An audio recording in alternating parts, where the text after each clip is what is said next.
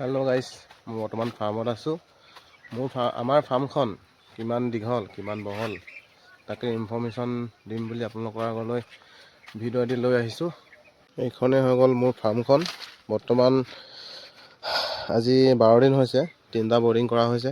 ইয়াতকৈ সৰু সৰু বৰ্ডিং আছিলে প্ৰথমতে, তাৰপিছত 8 দিনৰ পিছত এইটো সলালোঁ বৰ্ডিংটো অকণ ডাঙৰ ডাঙৰ কৰিব, যিহেতুকে ব্ৰইলাৰ একেদিনাখনে ভালমানকণ ডাঙৰ ডাঙৰ হৈ আহে। মানে 3-4 দিনৰ মূৰে বস্তুটো ডাঙৰ কৰি আহিব লাগে। এইফালে খালী আছে প্ৰায় 30 ফুটমান জেগা। পৰ্দাখনৰ এইফালে মানে 30 ফুটমান আছে এইফালে ফাৰ্মখন, আৰু এইখন পলিথিনখনৰ ইফালে প্ৰায় 30 ফুটমান আছে। মানে টোটেল মোৰ ফাৰ্মখন হ'ল 140 ফুট দীঘল, আৰু বহলটো হ'ল 24 ফুট। মোৰ টোটেল ব্ৰইলাৰ পোৱালি কেপাচিটি